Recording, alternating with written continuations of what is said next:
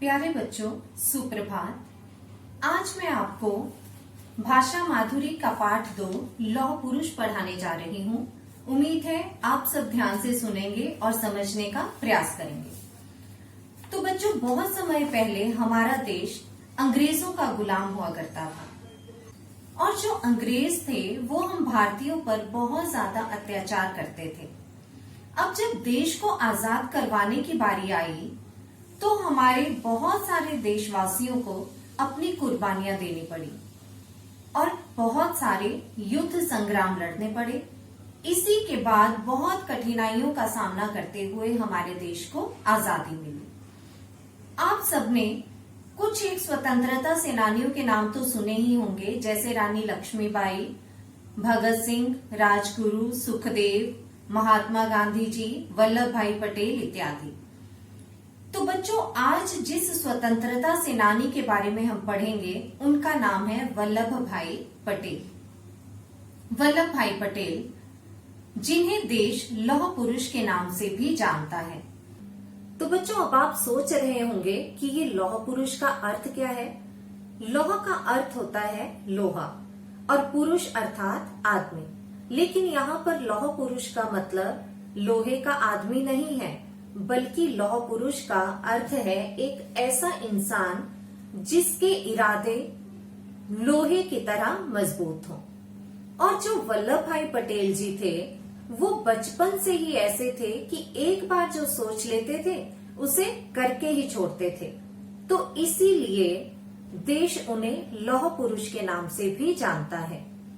तो बच्चों, आज जो 2 बातें आपको खास तौर पर याद रखनी है वो ये कि वल्लभ भाई को देश और किस नाम से जानता है। तो प्यारे बच्चों, वल्लभ भाई को देश लौह पुरुष के नाम से जानता है। और दूसरा प्रश्न यह है कि वल्लभ भाई पटेल को देश लौह पुरुष के नाम से क्यों जानता है। तो अभी आपने सुना कि जो वल्लभ भाई पटेल थे उनके इरादे लोहे के समान मजबूत थे। तो यही कारण था कि देश उन्हें लौह पुरुष के नाम से जानता है। बच्चों, जो वल्लभ भाई पटेल थे वो जब छोटे थे तो उनकी पढ़ाई में बहुत ज्यादा रुचि थी और वो आगे बढ़ना चाहते थे। इसीलिए उन्होंने अपने पिताजी से कहा कि पिताजी, मैं आगे पढ़ना चाहता हूँ। और जो उनके बात कहने का तरीका था वो ऐसा होता था कि कोई भी उन्हें मना नहीं कर सकता था। उनके बात करने के तरीके में एक दृढ़ता थी, मजबूती थी। तो जब उन्होंने पिताजी से ये कहा कि वो आगे बढ़ना चाहते हैं तो पहले तो पिताजी ने कहा कि नहीं, अगर तुम पढ़ने चले जाओगे तो मेरा काम कौन करेगा, खेतों के काम में मेरा हाथ कौन बटाएगा। तो बच्चे ने कहा कि पिताजी, आप चिंता ना करें, मैं छुट्टियों में आकर आपके खेतों का काम कर दिया करूंगा, लेकिन मुझे आगे पढ़ने की आज्ञा दे दीजिए। तो पिताजी ने कहा कि नहीं नहीं, तुम्हारे दोनों भाई नरसी और सोमा से तो मुझे बहुत आशाएं हैं और छोटे काशी को भी मैं पढ़ाना चाहता हूँ। और विट्ठल जो है, वल्लभ भाई पटेल के एक और भाई का नाम था विट्ठल। तो पिताजी ने कहा कि जो विट्ठल है वो मुंबई में पढ़ रहा है। अब अगर मैं तुम्हें भी भेज दूंगा तो फिर मेरे पास कौन बचेगा जो खेतों का काम करे। लेकिन वल्लभ जो थे उन्होंने ठान लिया था कि उन्हें आगे पढ़ना ही है। अब उन्होंने कहा कि पिताजी, मैं आपका बड़ा आज्ञाकारी पुत्र हूँ और मैं पढ़ लिख कर कुछ बनना चाहता हूँ। अब तो मुझे कोई भी बाधा, कोई भी मुश्किल आगे बढ़ने से नहीं रोक सकती। आप मुझे बस पढ़ने की आज्ञा दे दीजिए, अनुमति दे दीजिए। अब उस बालक की बात में इतनी दृढ़ता थी, इतनी मजबूती थी कि पिता को उसकी बात माननी ही पड़ी और पिता ने उन्हें पढ़ने की अनुमति दे दी। अब बच्चों, क्या हुआ, जो वल्लभ भाई थे अब उन्होंने ठान लिया कि उन्हें आगे पढ़ना ही है। तो उन्होंने जब 10वीं कक्षा पास की, उत्तीर्ण की, तभी उन्होंने ये फैसला ले लिया कि उन्हें जीवन में आगे क्या करना है। तो आइए बच्चों, पठन पाठन करते हुए पाठ को समझ भी लेते हैं। काका, मैं आगे पढ़ना चाहता हूँ। बालक के स्वर में दृढ़ता थी। पिता ने क्षण भर उसकी ओर देखकर कहा, यदि तुम शहर चले जाओगे तो खेत के कामकाज में मेरा हाथ कौन बटाएगा? जो वल्लभ भाई पटेल थे, जब वे छोटे थे तो उन्होंने अपने पिता से क्या कहा? काका, मैं आगे पढ़ना चाहता हूँ। और उस समय उनके स्वर में एक दृढ़ता थी, अर्थात मजबूती थी। उन्होंने अपनी बात को बहुत ही मजबूत तरीके से अपने पिता के सामने रखा और पिताजी ने क्षण भर, तब एक पल के लिए उनकी ओर देखा और कहा कि अगर तुम शहर चले जाओगे तो फिर खेत के कामकाज में मेरा हाथ कौन बटाएगा? पिता के उत्तर से बालक उदास हो गया। अब जो वल्लभ भाई थे वो पिता का उत्तर सुनकर उदास हो गए। क्यों उदास हो गए? क्योंकि उन्हें आगे पढ़ना था। उसने साहस बटोरकर कहा, मैं छुट्टियों में घर आकर खेत का कामकाज देख लिया करूंगा।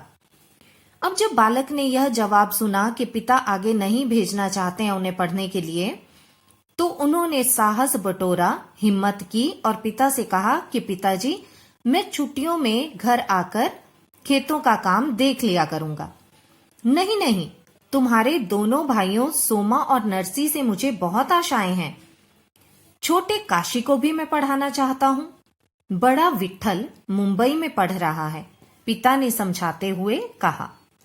अब पिताजी ने वल्लभ को समझाया कि तुम्हारे जो बाकी भाई हैं, जो सोमा है, नरसी है, उनसे भी मुझे बहुत आशाएं हैं और जो छोटा भाई है उसे मैं पढ़ाना चाहता हूं।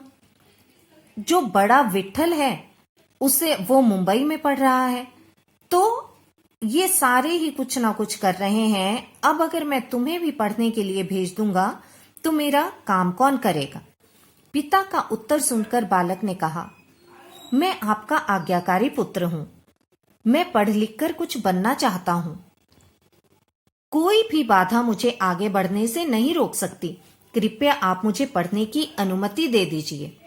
बालक का स्वर और विचार सुनकर पिता ने सिर हिलाकर उसे आगे पढ़ने की अनुमति दे दी।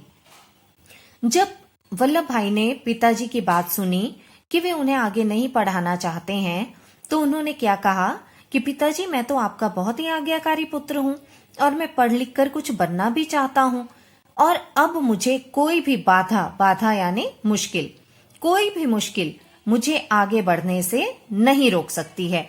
तो इसलिए आप क्या कीजिए, मुझे पढ़ने की अनुमति दे दीजिए। अनुमति अर्थात स्वीकृति, इजाजत।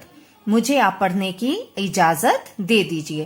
अब ये जो बातें उस बालक ने कही, वल्लभ भाई ने कही, उन बातों में इतनी दृढ़ता थी, मजबूती थी कि पिताजी को उनकी बात माननी ही पड़ी और पिताजी ने उन्हें आगे पढ़ने की अनुमति दे दी।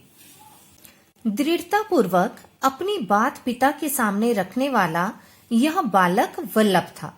तो बच्चों, जो ये बातें अब तक कह रहा था, जो बच्चा अपने पिताजी को मना रहा था कि उसे आगे पढ़ने दिया जाए और इतनी दृढ़ता पूर्वक अपनी बातें पिताजी को समझा रहा था कि पिता उसकी बात मानने से इनकार ना कर सके, ये बालक कौन था? यही बालक जो था वो वल्लभ था। वल्लभ ही बड़ा होकर सरदार वल्लभ भाई पटेल के नाम से प्रसिद्ध हुआ। जब ये बच्चा बड़ा हुआ तो किस नाम से जाना जाने लगा? सरदार वल्लभ भाई पटेल के नाम से। बचपन की यह दृढ़ता उनमें आजीवन बनी रही। जैसे बचपन में उनकी बातों में एक दृढ़ता थी, बड़े ही मजबूत तरीके से वो अपनी बात रखते थे, तो यही दृढ़ता उनके जीवन में हमेशा बनी रही। उन्होंने हमेशा दृढ़ता से निर्णय लिए। इसीलिए देश उन्हें लौह पुरुष के नाम से याद करता है और इसी दृढ़ता के कारण देश उन्हें किस नाम से याद करता है? लौह पुरुष के नाम से याद करता है। वल्लभ भाई पटेल ने 1897 में नदियाड, गुजरात से 10वीं कक्षा की परीक्षा उत्तीर्ण की। अब जो वल्लभ भाई थे उन्होंने अपनी 10वीं कक्षा की परीक्षा जो थी वो गुजरात के नदियाड से पास की। 10वीं तक आते आते वल्लभ ने अपने आने वाले जीवन के विषय में निर्णय ले लिया था। तो जो वल्लभ थे ना, वो इतने समझदार थे कि उन्होंने 10वीं कक्षा तक आते आते ही यह सोच लिया था कि उन्हें अपने जीवन में आगे क्या करना है। जान चुका था कि जो इंग्लैंड से कानून की पढ़ाई करके भारत आते हैं, उन्हें धन और यश दोनों मिलते हैं। अब वल्लभ जी को यह पता लग चुका था कि भारत से बाहर जो पढ़ने के लिए जाते हैं, इंग्लैंड जाते हैं, वो यश और धन दोनों ही कमाते हैं, अर्थात उन्हें धन भी मिलता है और यश यानी उनका नाम भी प्रसिद्ध हो जाता है। तो वे क्या करना चाहते थे? इंग्लैंड जाकर ही कानून की पढ़ाई करना चाहते थे। इंग्लैंड जाकर कानून की पढ़ाई करना ही वल्लभ भाई के जीवन का उद्देश्य बन गया। उसने रात दिन कठोर परिश्रम शुरू कर दिया।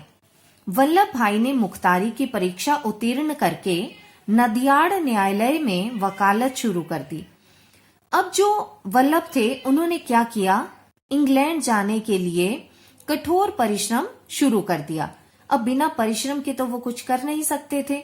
आगे पढ़ना था तो परिश्रम करना जरूरी था और वे बाहर जाकर पढ़ना चाहते थे। इसके लिए उन्होंने क्या किया? रात दिन पढ़ना शुरू कर दिया और इसके बाद नदियाड़ से उन्होंने मुख्तारी की परीक्षा उत्तीर्ण की और वहीं के न्यायालय में वकालत शुरू कर दी। कानून की बारीकियों को प्रभावशाली ढंग से प्रस्तुत करने के कारण उनकी गिनती प्रसिद्ध वकीलों में होने लगी। अब जब वो वकील बन गए तो इतने अच्छी तरह से उन्होंने अपनी वकालत की कि उनकी गिनती किसमें होने लगी? बड़े बड़े प्रसिद्ध वकीलों में होने लगी। वह इंग्लैंड जाने के लिए पैसे जोड़ते रहे। वह दिन आया जब उन्होंने इंग्लैंड जाने की समूची कार्रवाई पूरी कर ली। अब बच्चों, जब हमें कहीं बाहर जाना होता है, भारत से कहीं विदेश जाना होता है, तो उसके लिए क्या जरूरी है? पासपोर्ट जरूरी है, वीजा जरूरी है। तो इसी तरह से जो वल्लभ भाई थे, उन्होंने भी बाहर जाने के सारे कागजात पूरे कर लिए और इंतजार करने लगे कि कब वे कागज उनके पास आए। वह यात्रा संबंधी आदेश की प्रतीक्षा करने लगे। वर्षों का सपना पूरा होने वाला है, यह सोच सोचकर वल्लभ भाई मन ही मन प्रसन्न होते। अब वो ये सोचकर बड़े ही खुश होते कि जो सपना उन्होंने इतने वर्षों से देखा है कि वो बाहर जाएंगे और पढ़ेंगे, वो जल्दी ही पूरा होने वाला है। वो ये सोचकर बहुत ही खुश होते।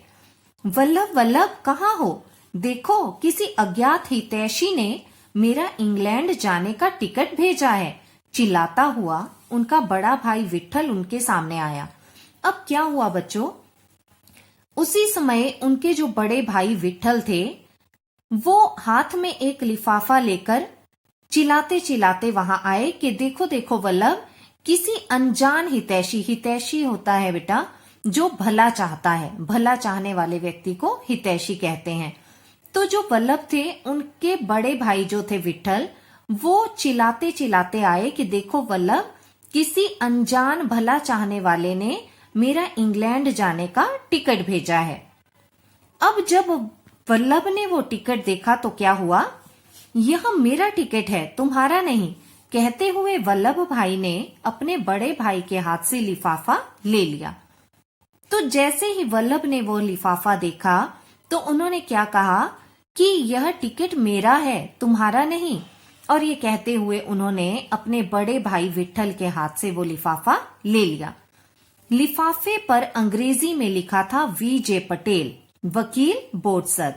तो बच्चों, जो वल्लभ थे, उन्हें ऐसा क्यों लगा होगा कि जो उनके बड़े भाई विट्ठल हैं, वो लिफाफा उनका नहीं बल्कि वल्लभ का है। तो वो इसलिए क्योंकि जो दोनों भाई थे वो एक ही नाम से हस्ताक्षर करते थे।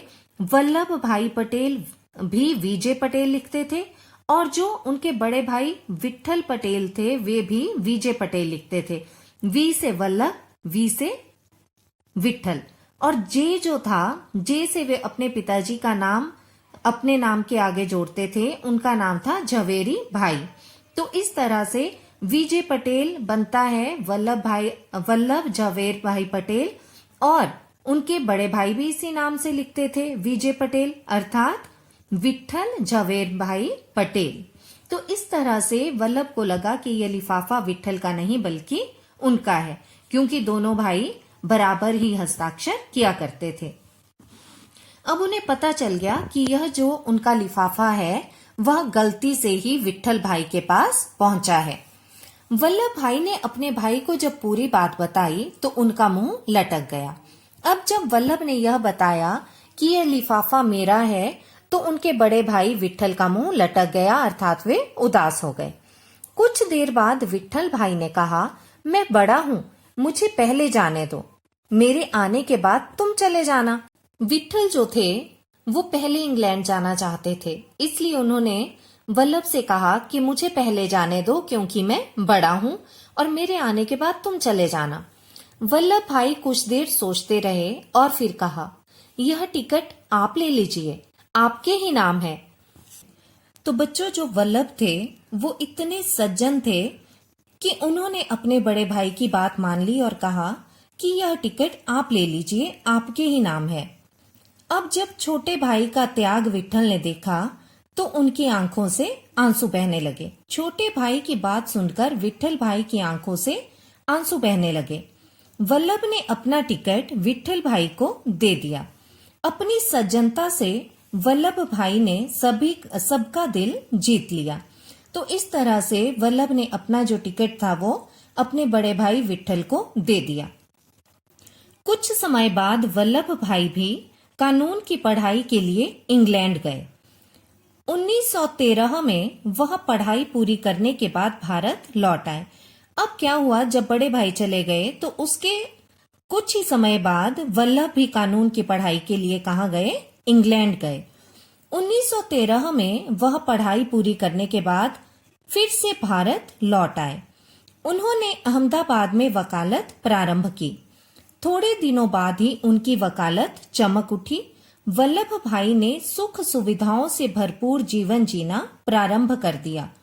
तो बच्चों, क्या हुआ, जब वो भारत वापस आए तो यहाँ आने के बाद उन्होंने अहमदाबाद में अपनी वकालत शुरू कर दी और थोड़े ही समय में उनकी वकालत बहुत ज्यादा चल पड़ी, जिससे उन्हें पैसे भी मिलने लगे और उनका नाम भी बहुत प्रसिद्ध हो गया। इस तरह से उन्होंने क्या किया, सुख सुविधा से भरपूर जीवन जीना शुरू कर दिया।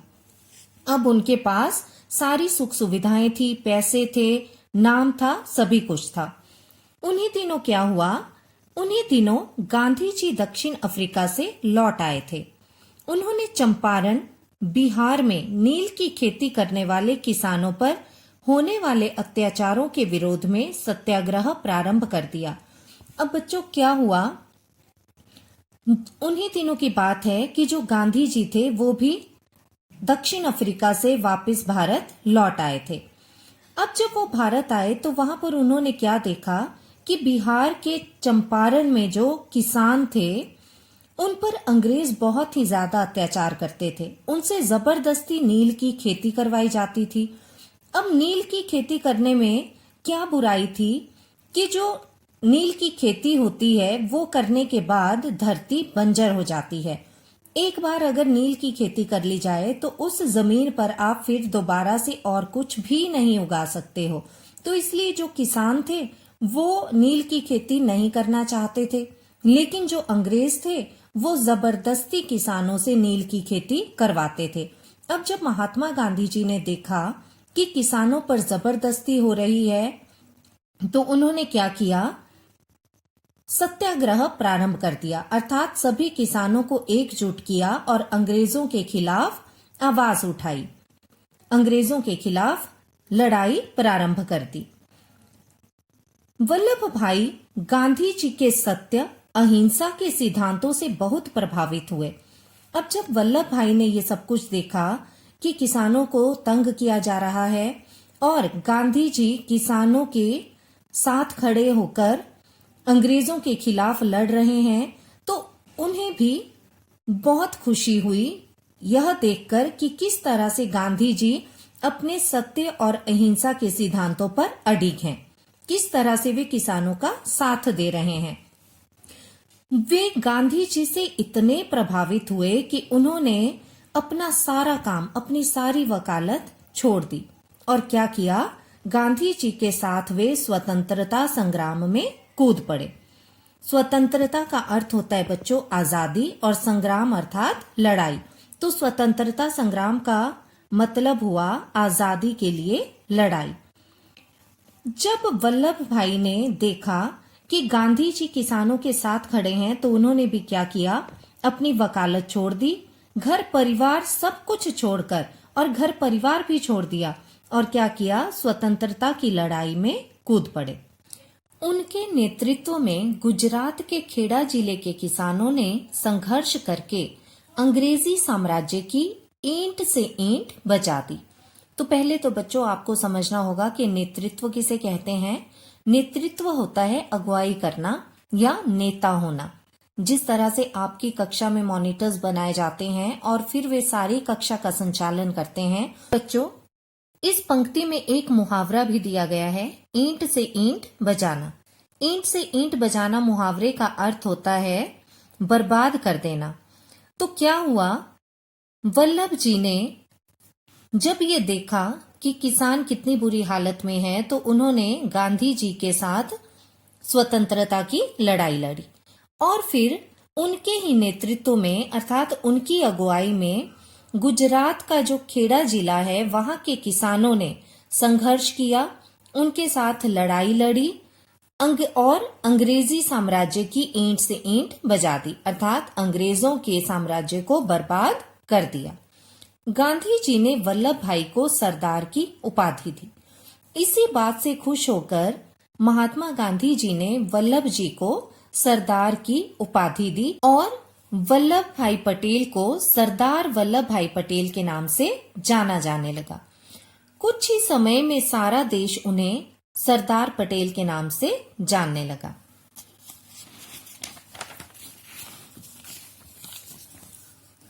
अपने त्याग, परिश्रम, दृढ़ता और संघर्ष से स्वतंत्रता संग्राम के मुख्य नेता बन गए तथा जवाहरलाल नेहरू, मौलाना आजाद और महात्मा गांधी के सबसे निकट सहयोगी माने जाने लगे। तो बच्चों क्या हुआ, वो इतने परिश्रमी थे कि उनके परिश्रम और त्याग के कारण ही वे स्वतंत्रता की लड़ाई के मुख्य नेता बन गए। और जो महात्मा गांधी जी थे, मौलाना आजाद थे, जवाहरलाल नेहरू थे, उनके वे सबसे निकट सहयोगी माने जाने लगे। 1942 का वर्ष आ गया। अंग्रेजों भारत छोड़ो का नारा देश के कोने कोने में गूंजने लगा।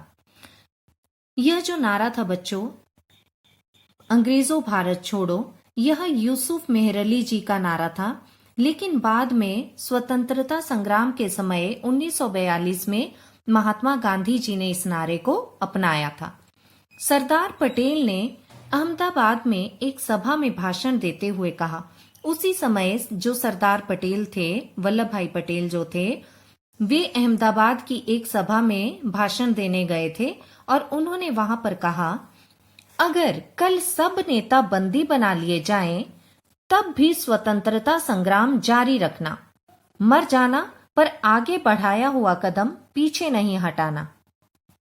सरदार पटेल की इस ओजस्वी वाणी से प्रेरित होकर जनता ने अंग्रेजी शासन के विरुद्ध विद्रोह कर दिया। जो सरदार पटेल थे उनकी वाणी इतनी ओजस्वी थी, ओजस्वी का अर्थ होता है प्रभावशाली।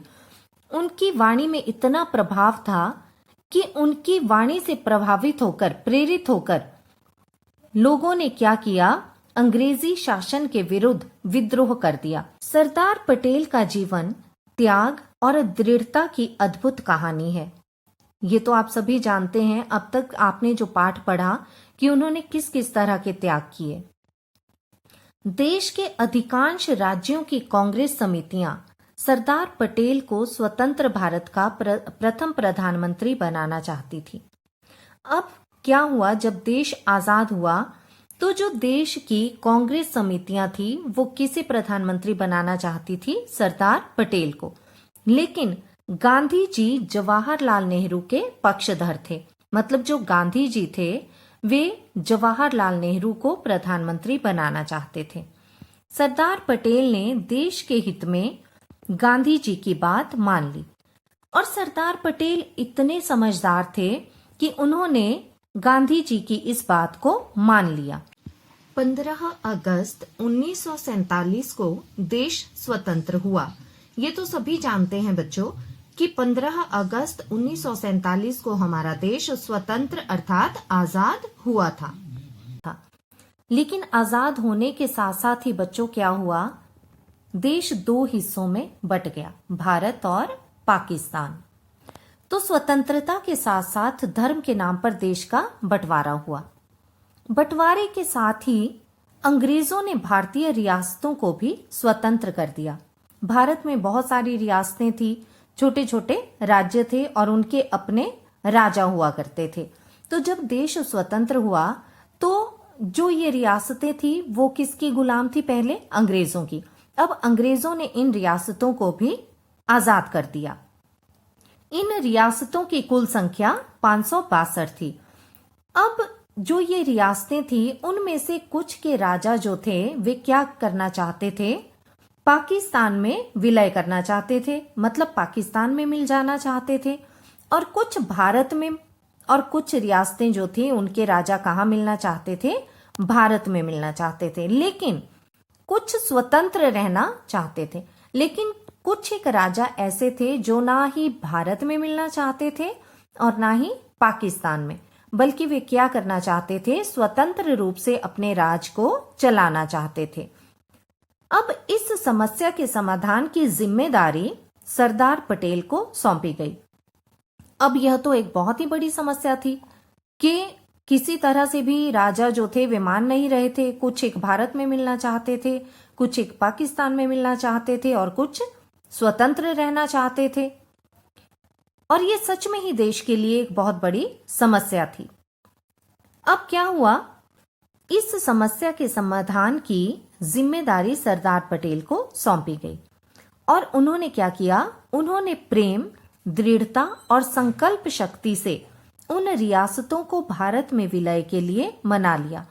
बच्चों ये बहुत ही कठिन कार्य था, लेकिन जो वल्लभ भाई पटेल थे उन्होंने अपनी दृढ़ता से और संकल्प शक्ति से उन सभी रियासतों के राजाओं को भारत में मिलने के लिए मना लिया। उनके प्रयासों से एक नए और सुदृढ़ राष्ट्र का निर्माण हुआ। तो ये किसके प्रयास थे, वल्लभ भाई पटेल के ही प्रयास थे कि उनके किए गए प्रयासों के कारण ही हमारे एक सुदृढ़ देश का निर्माण हुआ, देश सुदृढ़ बन सका। 15 दिसंबर 1950 को भारत मां का यह सपूत चिर निद्रा में सो गया।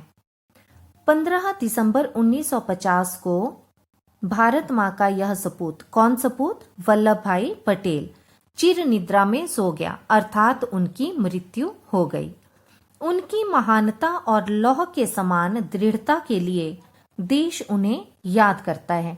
तो बच्चों आज भी देश वल्लभ भाई पटेल जी को उनकी लौह के समान दृढ़ता के लिए, अर्थात उनके दृढ़ निश्चय के लिए, उनके दृढ़ता से लिए गए निर्णयों के लिए उन्हें आज भी याद करता है। तो बच्चों आपने पाठ 2 लौह पुरुष पढ़ लिया। अब आइए उसके मुख्य बिंदुओं को एक बार समझ लेते हैं। आपने पढ़ा कि किस प्रकार से वल्लभ भाई पटेल जो थे वो बचपन से ही अपने काम को बहुत लगन से करते थे और अपने बात को बड़ी ही दृढ़ता से रखते थे। अपनी इसी खूबी के कारण उन्हें लौह पुरुष के नाम से भी जाना गया। जब उन्होंने वकालत की पढ़ाई की और नाम और यश, धन सब कुछ प्राप्त कर लिया और भारत वापस आ गए, तो गांधी जी से प्रभावित होकर उन्होंने गांधी जी के साथ कई आंदोलनों में भाग लिया और गांधी जी ने ही उन्हें सरदार की उपाधि प्रदान की। इस तरह से उनके नाम के आगे सरदार भी लगने लगा, सरदार वल्लभ भाई पटेल। तो बच्चों अपने त्याग और परिश्रम के द्वारा ही जो वल्लभ भाई पटेल थे वे स्वतंत्रता संग्राम के मुख्य नेता बन गए और महात्मा गांधी, मौलाना आजाद, जवाहरलाल नेहरू जी इन सभी के मुख्य सहयोगी माने जाने लगे। अब क्या हुआ, जब देश आजाद हुआ तो जो देश में छोटी छोटी रियासतें थी और हर रियासत का एक राजा होता था, तो सबसे बड़ा प्रश्न ये पैदा हुआ कि क्या ये रियासतें भारत में मिलना चाहेंगी। लेकिन कुछ एक रियासतों के राजा जो थे वो पाकिस्तान में मिलना चाहते थे, कुछ एक भारत में। लेकिन कुछ एक ऐसे राजा थे जो ना ही पाकिस्तान का हिस्सा बनना चाहते थे और ना ही भारत का, अपितु वे स्वतंत्र रूप से राज करना चाहते थे। अब इस समय में प्रश्न तो ये पैदा हुआ कि प्रधानमंत्री किसे बनाया जाए। सभी सरदार पटेल जी को ही प्रधानमंत्री बनाना चाहते थे, लेकिन जो गांधी जी थे वे जवाहरलाल नेहरू जी को प्रधानमंत्री बनाना चाहते थे। और जो सरदार पटेल थे उन्होंने देश की भलाई के लिए फैसला लिया कि वे प्रधानमंत्री नहीं बनेंगे और जवाहरलाल नेहरू जी को प्रधानमंत्री बनाया गया। अब जो छोटी छोटी रियासतें थी उनके जो राजा कुछ पाकिस्तान में मिलना चाहते थे और कुछ कहाँ मिलना चाहते थे, भारत में, और कुछ स्वतंत्र रहना चाहते थे। तो इन सबको मनाने के लिए कि वे भारत में ही विलय करें या भारत में ही मिल जाएं, ये काम बहुत ही कठिन था। अब ये किससे करवाया जाए, तो सबने फैसला लिया कि इस काम की जिम्मेदारी जो है वो सरदार वल्लभ भाई पटेल जी को सौंपी जाए। सरदार वल्लभ भाई पटेल जी ने ये जिम्मेवारी मान ली और इस जिम्मेवारी को उन्होंने बखूबी निभाया और 562 रियासतों को उन्होंने भारत में विलय के लिए मना लिया। तो बच्चों, वैसे तो वल्लभ भाई जी का इस देश के स्वतंत्रता में बहुत ही बड़ा योगदान है, लेकिन जो सबसे महान योगदान, सबसे बड़ा योगदान उनका था वह यह था कि उन्होंने सभी 562 रियासतों को भारत में विलय के लिए मना लिया था और इसके पश्चात ही एक सुदृढ़ भारत का निर्माण हुआ। तो यह जो महान व्यक्ति थे 15 दिसंबर 1950 में चिर निद्रा में सो गए, अर्थात इनका देहांत हो गया, मृत्यु हो गई। लेकिन देश आज भी इनके बलिदानों को और जो देश के लिए इन्होंने किया उसे आज भी याद करता है और हम कभी भी इनके कार्यों को नहीं भूल सकते हैं। तो ये थे वल्लभ भाई पटेल, जिन्हें देश लौह पुरुष के नाम से जानता है।